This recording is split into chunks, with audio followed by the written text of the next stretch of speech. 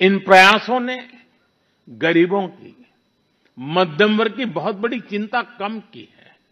साथियों, आज देश में कैसे काम हो रहा है, उसका एक उदाहरण एस्पिरेशनल डिस्ट्रिक्ट अभियान भी है। देश के 100 से अधिक ऐसे जिले जिन्हें पिछड़ा कहा जाता था, हमने उन्हें एस्पिरेशनल डिस्ट्रिक्ट माना और वहां हर पैरामीटर में विकास की गति तेज की गई है। आज देश के अनेक एस्पिरेशनल डिस्ट्रिक्ट दूसरे जिलों से बहुत बेहतर कर रहे हैं। अब इसी मॉडल के आधार पर हमने एस्पिरेशनल ब्लॉक प्रोग्राम भी शुरू किया है। साथियों, लोगों की रोजमर्रा की जिंदगी से परेशानियां खत्म करने पर भी आज देश का बहुत ज्यादा जोर है। कुछ साल पहले तक भारत में 2.5 करोड़ घर ऐसे थे जो शाम होते ही अंधेरे में डूब जाते थे। उन घरों में बिजली कनेक्शन ही नहीं था। सबको बिजली का मुफ्त कनेक्शन देकर देश ने उनके जीवन को रोशन कर दिया है। बीते वर्षों में दूर सुदूर इलाकों में भी हजारों की संख्या में मोबाइल टावर्स लगाए गए हैं ताकि लोगों को 4G, 5G कनेक्टिविटी मिलती रहे। पहले कभी आप अंडमान या लक्षद्वीप जाते थे तो वहां ब्रॉडबैंड कनेक्टिविटी नहीं मिलती थी।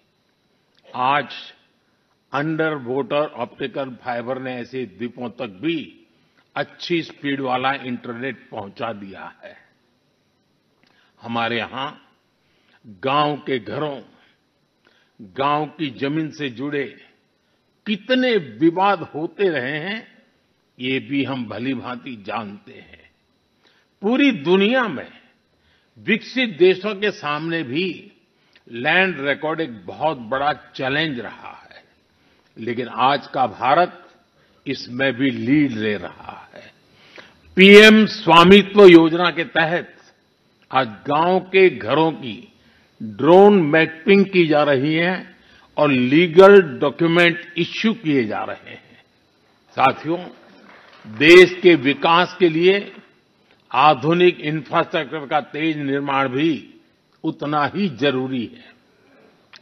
इंफ्रास्ट्रक्चर के प्रोजेक्ट समय पर पूरे होने से देश का धन भी बचता है और प्रोजेक्ट भी, उसकी उपयोगिता भी बहुत बढ़ जाती है। इसी सोच के साथ प्रगति नाम से एक प्लेटफॉर्म बनाया गया है जिसमें इंफ्रा प्रोजेक्ट्स का रेगुलर रिव्यू होता है और इनमें से कुछ प्रोजेक्ट्स तो ऐसे होते जो 30, 40 साल से पेंडिंग थे। मैं खुद इसकी मीटिंग्स को चेयर करता हूं।